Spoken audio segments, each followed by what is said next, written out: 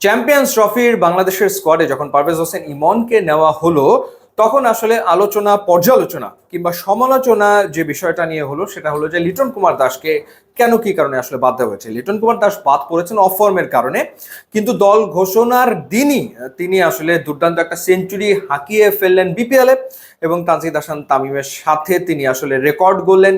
এবং ঠিক তার আগের ম্যাচটাতে তিনি 70+ একটা ইনিংস খেলেছিলেন। সো ব্যাক টু ব্যাক দুটো ইনিংসের কারণে তখন আসলে আমরাও বলেছিলাম যে লিটনের অভিজ্ঞতাকে মূল্যায়ন করা যেত কিনা, সেই আলোচনাটা হয়েছে। কিন্তু তখন কিন্তু এই আলোচনাটা হয়নি যে পারভেজ হোসেন ইমন, যার আসলে অভিজ্ঞতা একেবারেই নেই, তাকে বিবেচনা করা হচ্ছে, কিন্তু এনামুল বিজয়কে আসলে কেন বিবেচনা করা হচ্ছে না, বিজয়কে নিয়ে আলোচনাটা কেন যেন আসলে হয় না। তো সেই বিজয় বিপিএল এ সেঞ্চুরি করলেন এবং দারুণ সেঞ্চুরি করলেন, দলকে জেতাতে ব্যর্থ হয়েছেন। 57 বলে 100 রানের একটা ইনিংস, যেখানে 9টা 4 এবং 5টা ছক্কা, 175.43 স্ট্রাইক রেটে ব্যাট করেছেন তিনি খুলনা টাইগার্সের বিপক্ষে।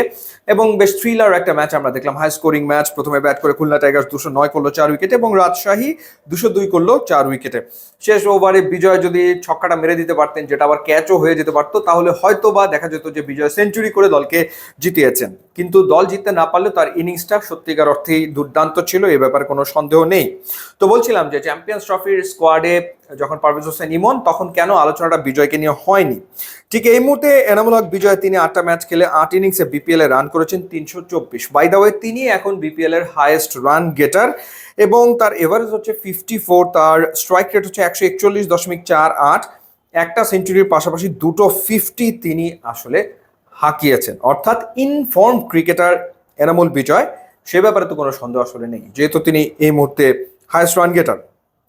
এবং আমরা যদি ওভারঅল তার লাস্ট কিছু ইনিংসের কথা বলি, তো সেই ক্ষেত্রে তিনি ঢাকার বিপক্ষে 73 রানের একটা ইনিংস খেলে অপরাজিত ছিলেন। তিনি বরিশালের বিপক্ষে 65 রানের একটা ইনিংস খেলেছেন, বরিশালের বিপক্ষে 39 রান করেছেন। এছাড়া তিনি খুলনার বিপক্ষে 100 করলেন, সিলেট স্ট্রাইকার্সের বিপক্ষে 32 রানের ইনিংস খেলেছিলেন। 3টা ইনিংসে আবার তিনি সিঙ্গেল ডিজিটে আউটও হয়েছেন, একটা ঢাকার বিপক্ষে, একটা এই খুলনারই বিপক্ষে এবং আর একটা হচ্ছে চিটাগং এর বিপক্ষে। কিন্তু মোরালেস যেহেতু দুটো 50 একটা সেঞ্চুরি তিনি করেছেন, সুতরাং সেই বিবেচনায় বলা যায় যে তিনি আসলে ইনফর্ম ক্রিকেটার এবং সাধারণত ইনফর্ম ক্রিকেটারদেরকে বিবেচনা করা হয়। কিন্তু আমরা দেখলাম যে ডোমেস্টিক ক্রিকেটকে সবসময় আসলে সব বোর্ড গুরুত্ব সেভাবে দেয় না। যেমন আমাদের এখানেও দেওয়া হলো না, বিপিএল এ বা ঢাকা প্রিমিয়ার লিগে পারফর্ম করেও অনেকেই অনেক সময় জাতীয় দলে ডাক পায় না। এই ঘটনাটা বাংলাদেশে যেরকম ঘটে, আবার ভারতে একজনকে নিয়ে আলোচনা হচ্ছে, বিজয় হাজারের ট্রফিতে যিনি আসলে ব্যাট করছিলেন 752 গড়ে, কারণ একটা মাত্র ইনিংসে তিনি আউট হয়েছিলেন, অবশ্য ফাইনালে তিনি আউট হয়েছেন, যার কারণে তার গড়টাও কমে গেছে। তো তাকেও বিবেচনা করা আসলে করুন না, রাইট, তো তাকেও আসলে বিবেচনা করা হয়নি চ্যাম্পিয়ন্স ট্রফি স্কোয়াডে। সো ঘরোয়া ক্রিকেটকে আসলে সবসময় বিবেচনা করা হয় না। বিবেচনা করা হলে বিজয়কে ডেফিনেটলি বিবেচনার ক্ষেত্রে ভাবাই যেত, সেটা আসলে হয়নি। তো কেমন করে যেন বিজয় আসলে আলোচনার একটু বাইরে থেকে যায়, এই ঘটনাটা আসলে ঘটে। বাট ইনিংসটার কথা যদি বলি, সত্যিকার অর্থে দারুণ একটা ইনিংস। ইউটিউব ইনস্টাগ্রাম লিঙ্ক দেওয়া আছে, আপনারা যোগ দিলে খুবই খুশি হবো। And thanks for watching.